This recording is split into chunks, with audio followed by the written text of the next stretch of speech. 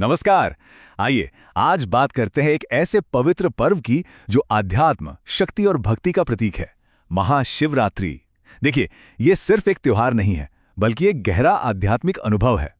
तो सवाल उठता है कि आखिर इस एक रात में ऐसा क्या है जो इसे इतना इतना खास बना देता है।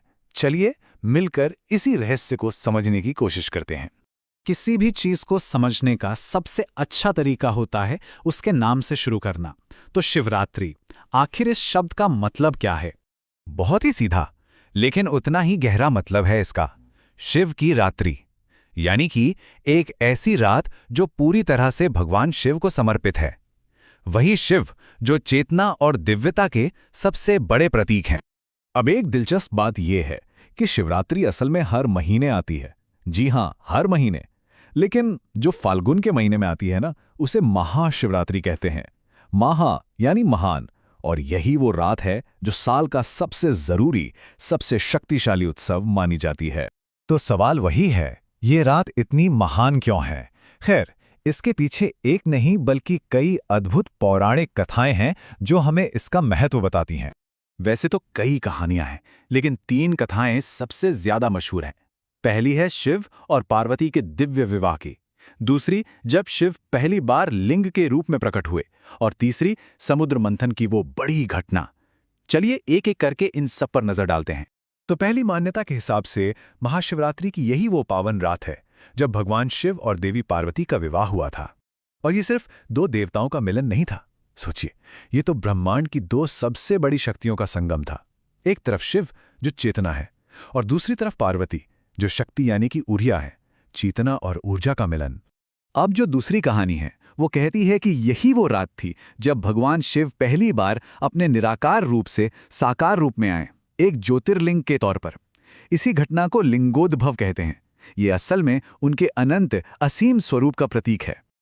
और अब आते हैं तीसरी और शायद सबसे जानी मानी कथा पर, समुद्र मंथन की कथा। जब देवताओं और असुरों ने मिलकर अमृत पाने के लिए सागर को मथा था, तो अमृत निकलने से ठीक पहले उसमें से निकला हलाहल विष, एक ऐसा जहर जो पूरी सृष्टि को, पूरे ब्रह्मांड को खत्म कर सकता था। उस वक्त सब घबरा गए। तब भगवान शिव ने पूरी दुनिया को बचाने के लिए वो सारा का सारा विष पी लिया, लेकिन उससे अपने पेट में नहीं जाने दिया, बल्कि अपने कंठ में, अपने गले में ही रोक लिया। इसी महान त्याग की वजह से उनका गला नीला पड़ गया, और तभी से वो नीलकंठ कहलाए।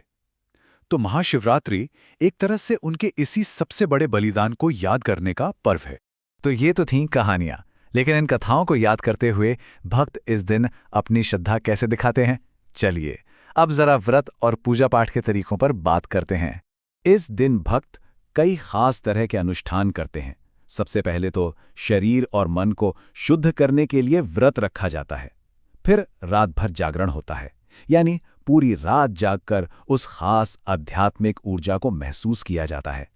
शिवलिंग पर तरह तरह की चीजें अर्पित की जाती हैं, और हाँ, दिव्यता से जुड़ने के लिए लगातार मंत्रों का जाप चलता रहता है। शिवलिंग पर चढ़ावे की बात करें तो कुछ चीजें बहुत खास मानी जाती हैं, जैसे कि बेलपत्र। कहते हैं ये भगवान शिव को बहुत ही प्रिय हैं। साथ ही दूध और जल से उनका अभिषेक किया जाता है। ये सब जो चढ़ावा है ना, ये असल में भक्ति और पूरे समर्पण का प्रतीक है।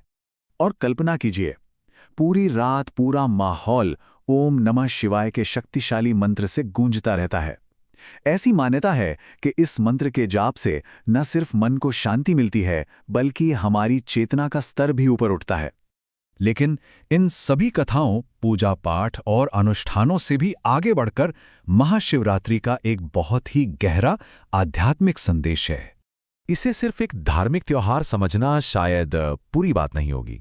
असल में ये रात है आत्मशुद्धि की, आत्मचिंतन की। ये एक मौका है अपने अंदर के अंधेरे को मिटाकर ज्ञान और चेतना का दिया जलाने का। और ये पर्व हमें एक बहुत ही मजबूत सीख देता है, वो ये कि जब भी जीवन में जहर जैसी, विष जैसी मुश्किलें आए ना, तो उनसे घबराकर भागना नहीं है, बल्कि भगवान शिव की तरह धैर्य और हिम्मत के साथ उनका सामना करना है। तो आखिर में एक सवाल अपने आप से पूछने जैसा है, ये पर्व हमें आत्मनियंत्रण और त्याग के बारे में क्या सिखाता है?